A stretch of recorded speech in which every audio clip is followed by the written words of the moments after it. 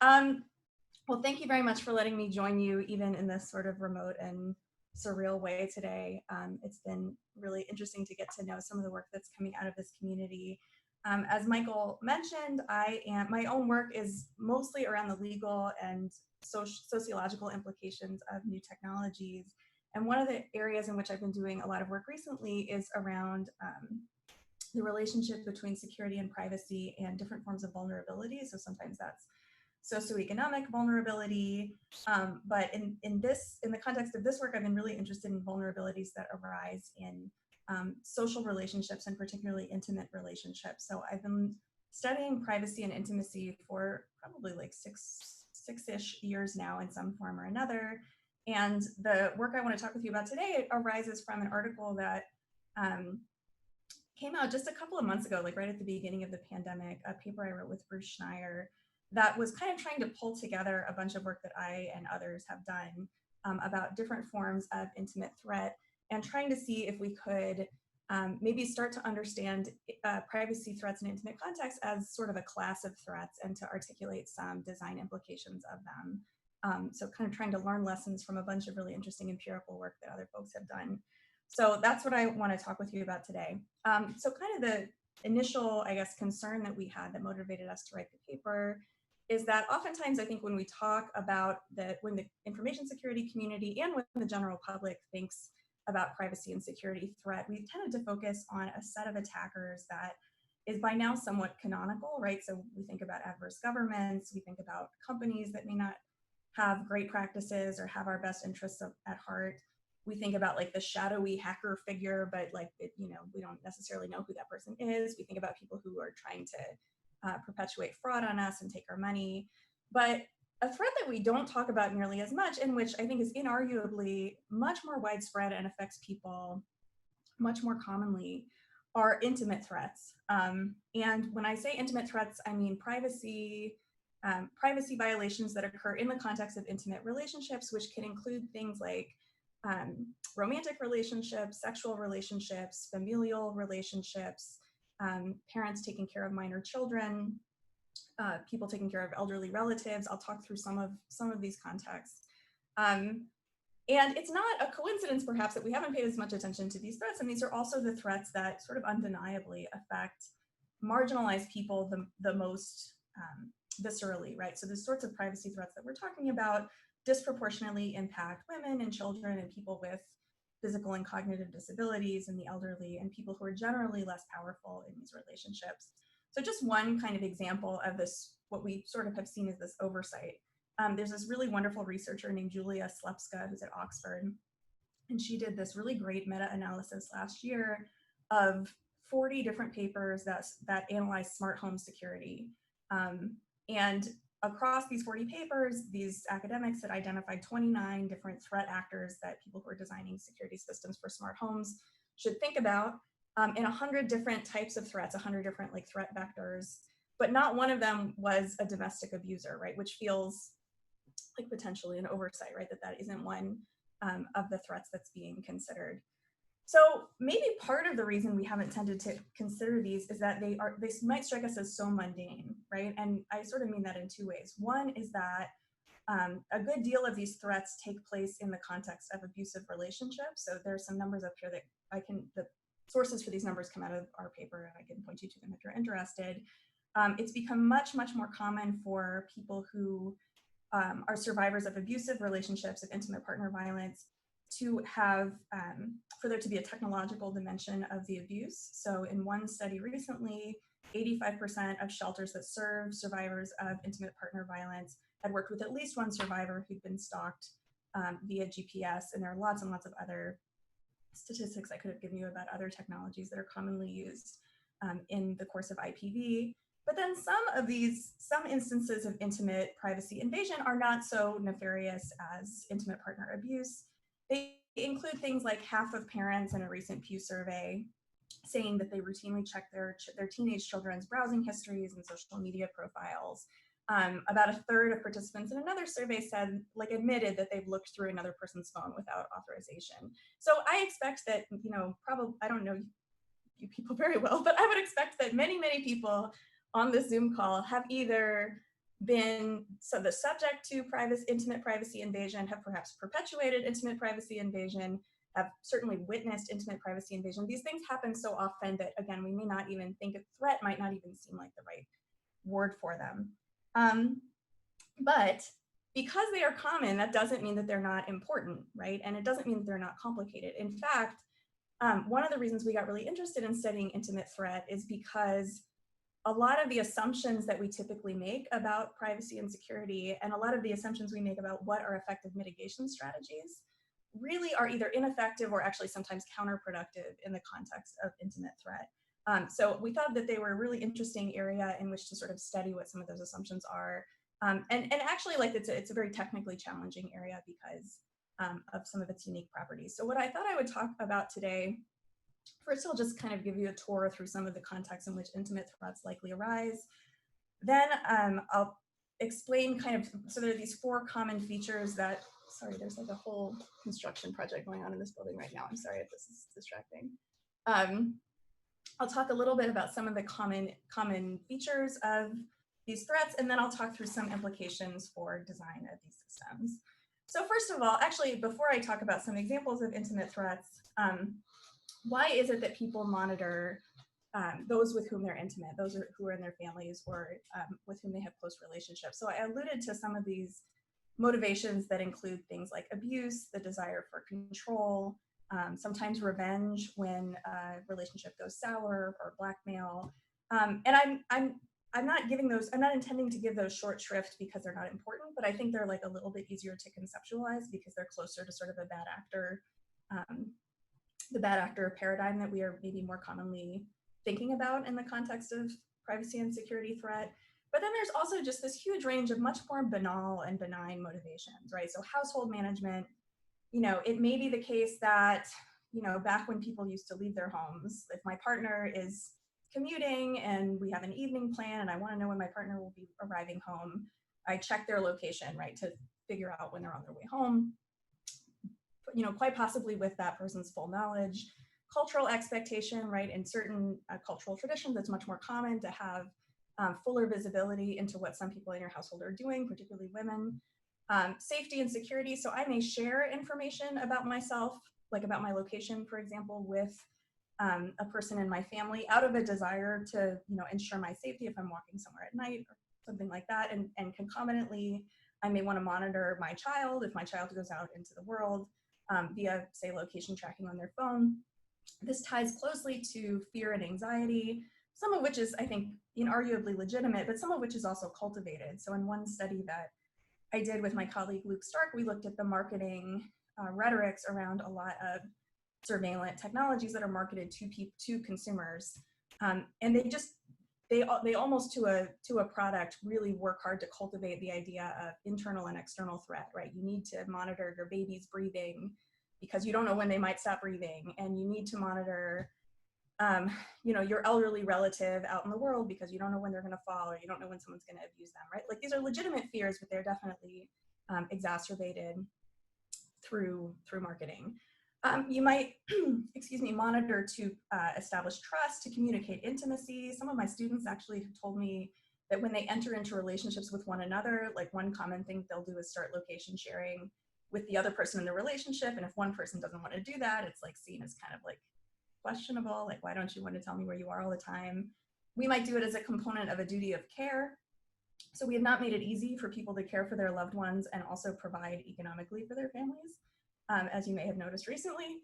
And so it's not surprising that people have often turned to technology as a means to try to do both, right? As a means to try to, if you can't physically be with your children, to, leave your kids in an apartment with a phone that's on so that you can see them, right? And there have been legal cases where people have gotten in trouble for this, but you can understand why people might do it. And then another really important kind of set of motivations are just accidental, right? Like, actually not intentional or motivated at all, but what we might think of as just involuntary disclosures that happen by virtue of often the design of systems, as we'll get into, right? There are lots of ways in which we sort of, some of the assumptions we make about technology lead to accidental revelation of information to people's intimates. Now, this is obviously a partial list. dynamic relationship preferences can change over time, so these motivations may intermingle.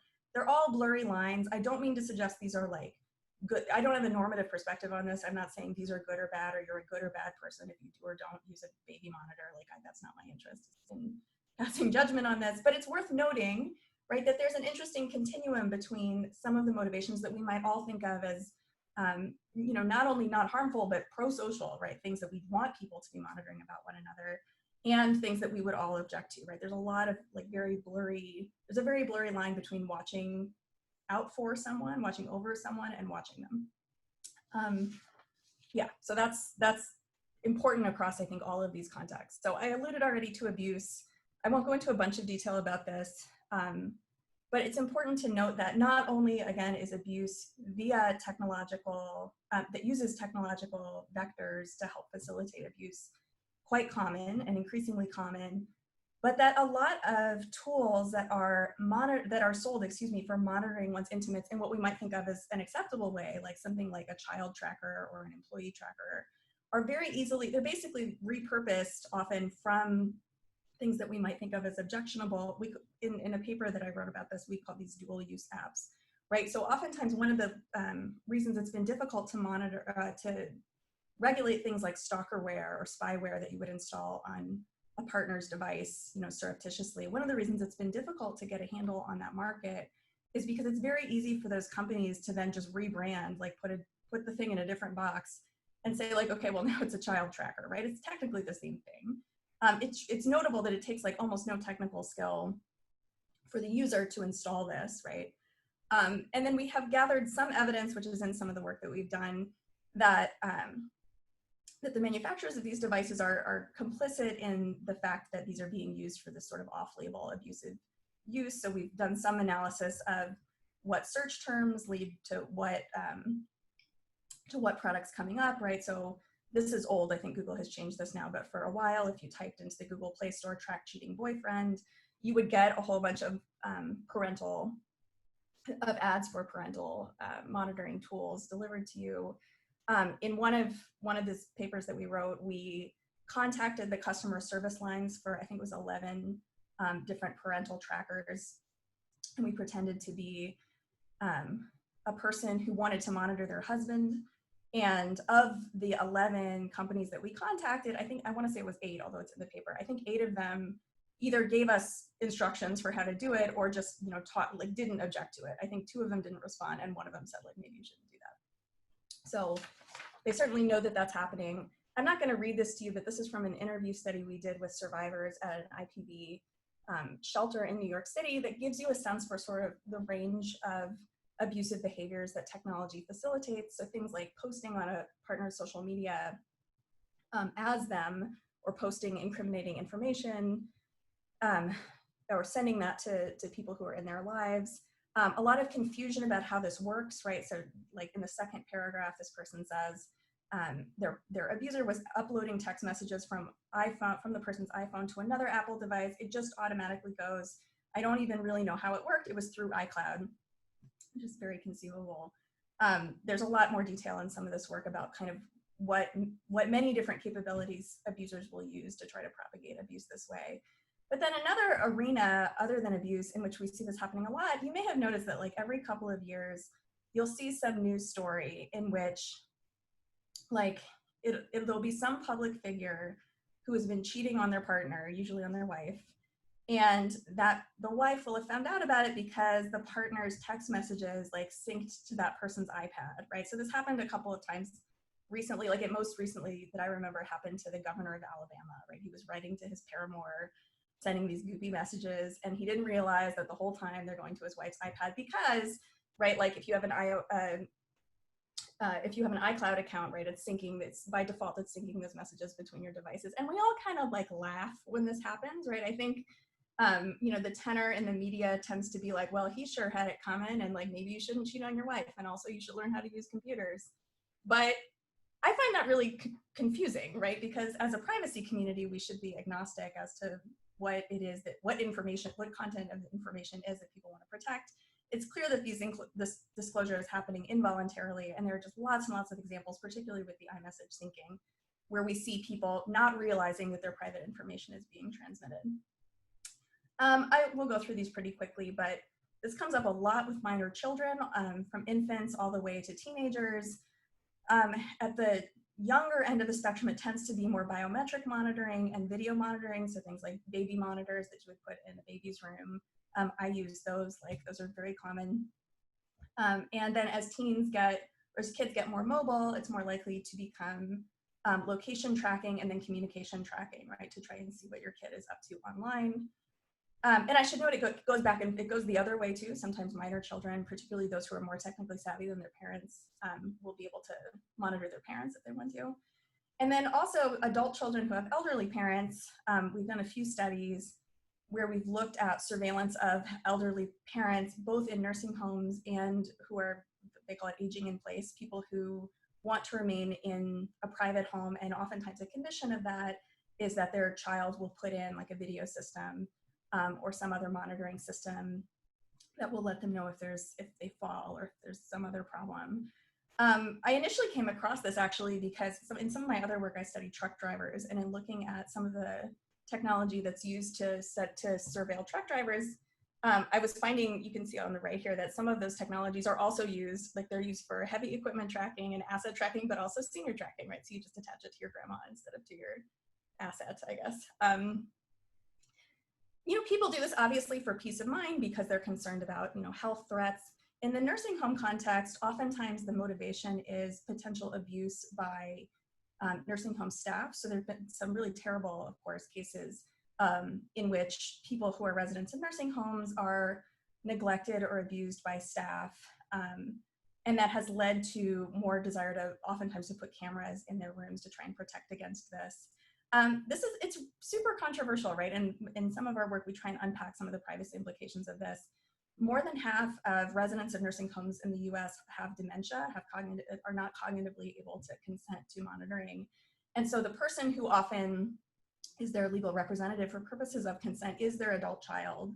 It's also worth noting that though we tend to publicize cases in which staff have abused elderly nursing home residents, the most common perpetrators of elder abuse are actually the adult children of the elder, right? So oftentimes we might be concerned about both the abuse and the consent to surveillance coming from the party who wants to surveil the elderly parent. So there's some really interesting and very complicated privacy scenarios playing out there.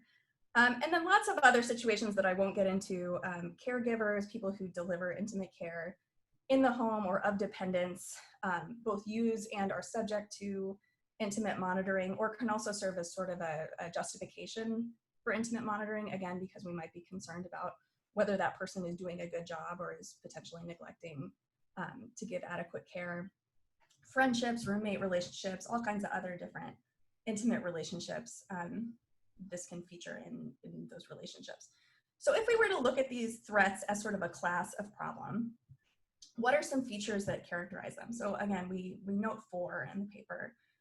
The first, and the goal here is to try and especially distinguish between like what makes, these are not entirely unique to intimate threats, but they're more commonly associated with intimate threats than many other privacy and security threats that we might think of as sort of that we might more commonly think about.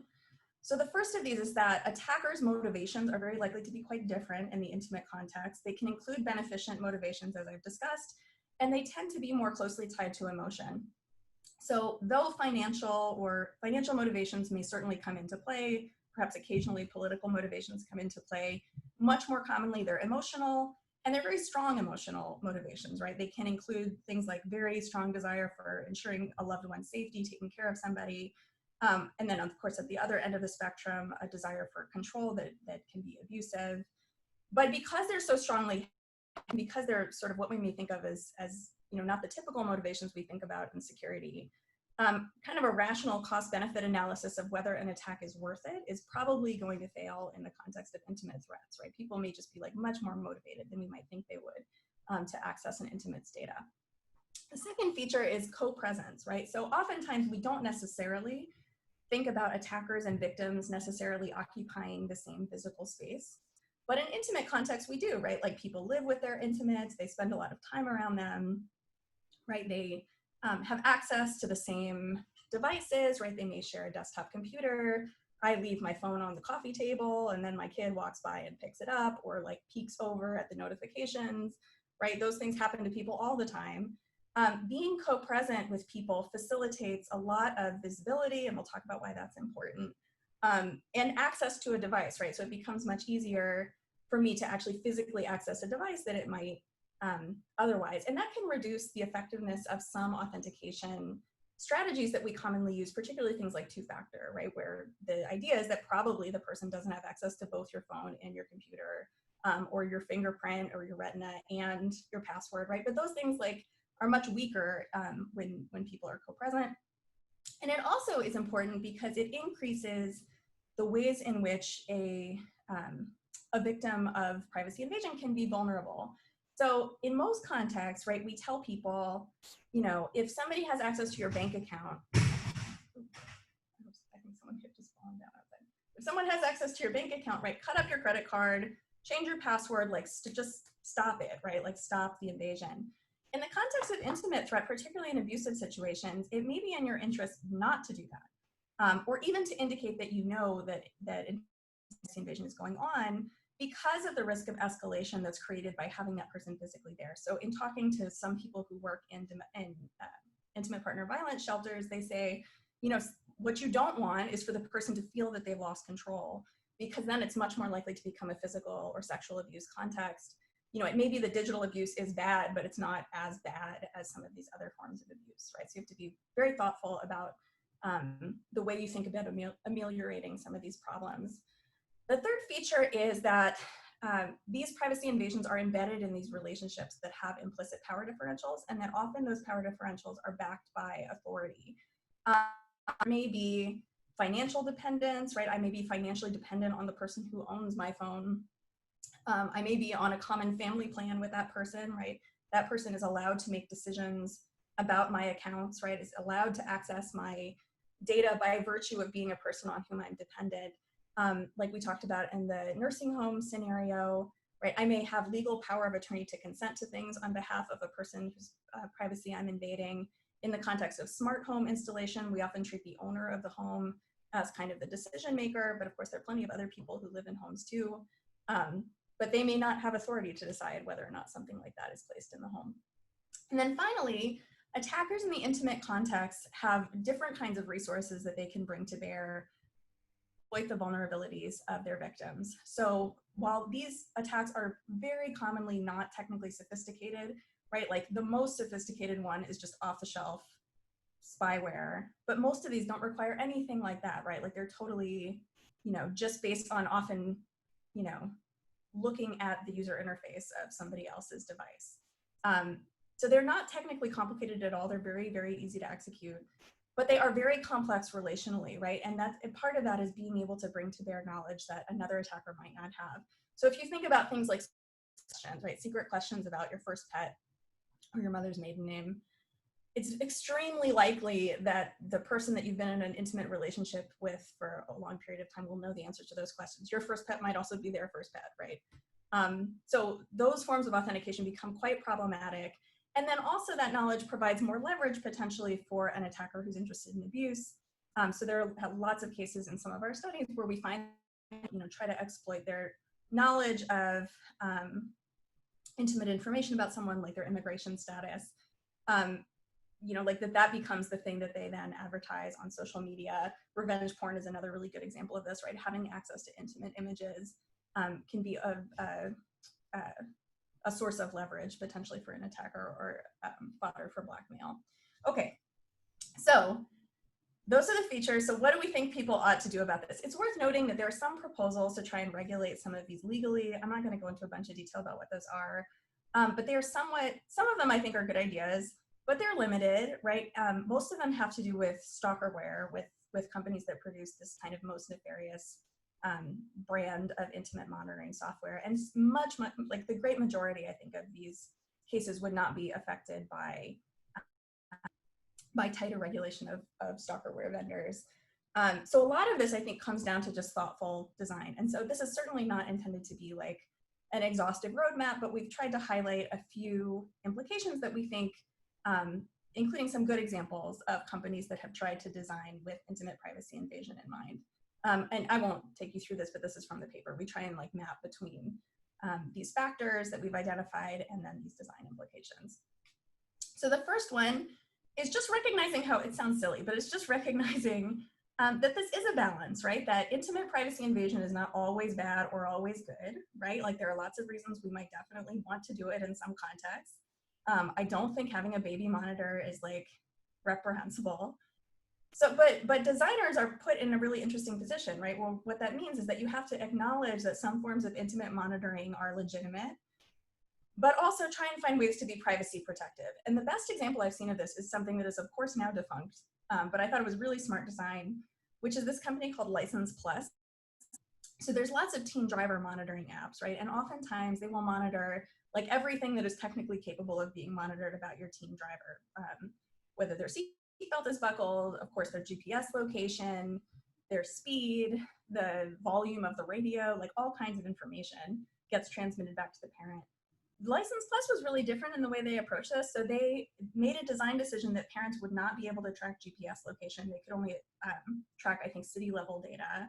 They explicitly tried to involve the teenage driver in the process of coaching, right? They were like, this is about learning to drive safely. So they like incentivize teens in various ways with, you know, gamification, et cetera, which also ensured that they knew that this was being used, right? That was a big deal.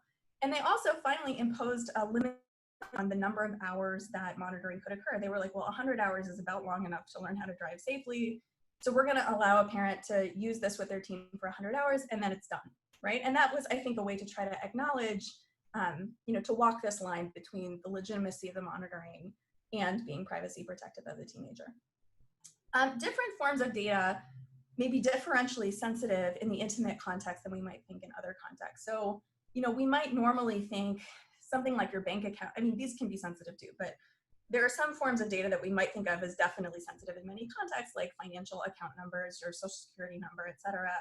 Those can be, you know, of interest in an intimate threat context, but it's much more likely that it's going to be communications data, location data, information about your calendar, et cetera, that are likely targets, right? Things that we might not normally think of as being particularly sensitive. Because copresence and device access are often like big vectors for intimate privacy invasion, we have to be extremely attentive to what information can be transmitted visually. I think this is actually one of the biggest, to me, this is, I think, maybe the most important implication. So user interface design becomes really important for thinking about security and privacy in this context, right? If we think about, you know, the way many of our devices have been designed, they have, you know, default notifications on. This has improved a little bit with like the iPhone over time, but it used to be the case at least that, you know, the full text of a, the full text of an iMessage would just pop up by default. My sister actually found out that her boyfriend was gonna propose to her because he was in the shower, his phone was on the coffee table, and his mom texted like, I'm cleaning the ring, like I'm having the ring cleaned so that you can propose to Susie. Which is, of course, like, you know, it was funny and she didn't mean to, like, it was an accident, right? She didn't mean to snoop and find that out. But it's a good example, right, of the kind of thing that often happens. It's probably happens to most of us at some point, these sort of accidental visual transmissions. And then there are other kind of more happens too. So like this image on the right is a picture of my kid. You know, when I go to forward that picture to other people in my family, it suggests the most common people that I'm likely to want to forward that to. That's great for usability. So I'm not suggesting we shouldn't have that. But it's important to recognize that that's also information, right? That's being transmitted visually to whoever might be holding my phone or whoever's looking over my shoulder. Same thing with predictive text, actually, and even like indicators of private browsing. So Firefox's private browsing note, like the little indicator in the top right of the window, right, is this little purple circle. That's actually much more subtle than what it used to be, which was that it just changed the color of the whole window, but it's still a visual indicator that you're doing something to try to protect your privacy. There are some companies that do this, I think, really well. So companies that try to sort of disguise, this often comes up in the IPv context, companies sometimes will try to disguise their capabilities as something else. So there's this one, it's not a great app actually, but there's this one IPv assistance app that looks like a newsreader, so that if, you know, your abuser is looking through your phone, they don't immediately think like, oh, this is, you know, the person trying to escape victimization. Another, actually, it's sort of funny, in a funny situation, another group that's done this really well is the NCAA. So the NCAA, as you may know, hosts March Madness, right? Hosts the tournament, which is lots and lots of games, and some of them take place during the day while people are at work, or in a normal year, they take place while people are at work. And people want to watch the games, but they also like can't necessarily do that in an office. So what the NCAA has done is made these games available online, but has also created this, if you can see, it's like circled here in red, this boss button. And the idea is, as you're watching basketball at work and everything's fine, but when your boss walks by, you press this button and it pops up this like Excel sheet, right? That looks like very worky, right? It's just some, actually, I think it's advertisements now. It's like, so I think Sony sponsors it now. So it's actually like Sony ad copy, but in a PowerPoint presentation or in an Excel sheet, something that looks like you're working. It's a great idea, right? It's like, it actually is a nice recognition of co-present privacy threat. And some intimate partner violence resource pages have taken a similar approach, and they'll have like an escape button where if you sense somebody is coming by, you press it and it'll like send you immediately to like, you know, a Google page about puppies or something, like something that's not.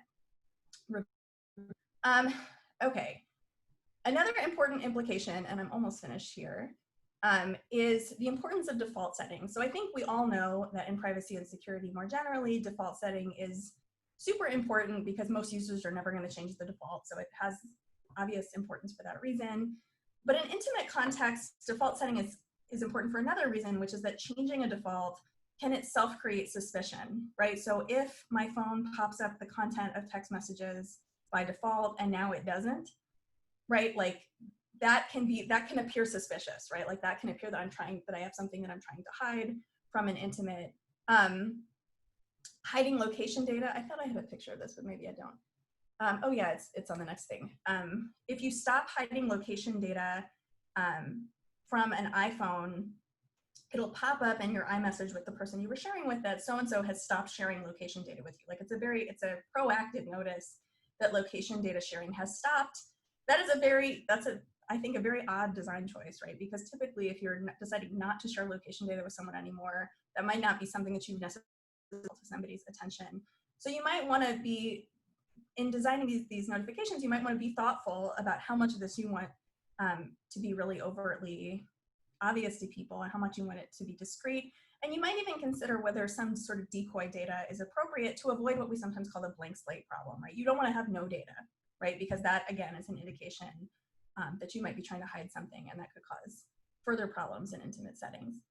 Similarly, you want to recognize that privacy and sharing preferences change over time, again, to allow discrete changes to them. This image on the right is what I was talking about, right? Where when you stop sharing location with somebody, it lets the person know.